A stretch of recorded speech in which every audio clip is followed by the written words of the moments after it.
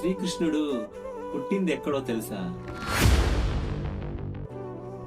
కారాగారంలో. పెరిగింది ఎక్కడో తెలుసా? గోకులంలో.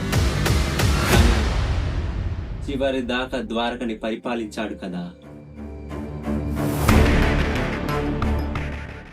శ్రీకృష్ణుడు తన పుట్టుకను తలచి ఎప్పుడైనా కుమిలిపోయాడా? లేదు కదా.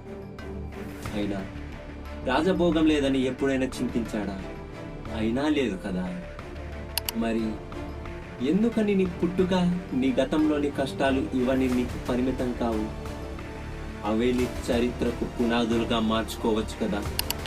అయినా చేత కాకుండా పరిస్థితులను సాకులుగా చూపేవాడే జీవితంలో ఎప్పుడూ గెలవలేడు. ఆ పరిస్థితులను ఒక్కొక్క మెట్టుగా మార్చుకునేవాడు ఏదో ఒక రోజు చరిత్రనే సృష్టిస్తాడు.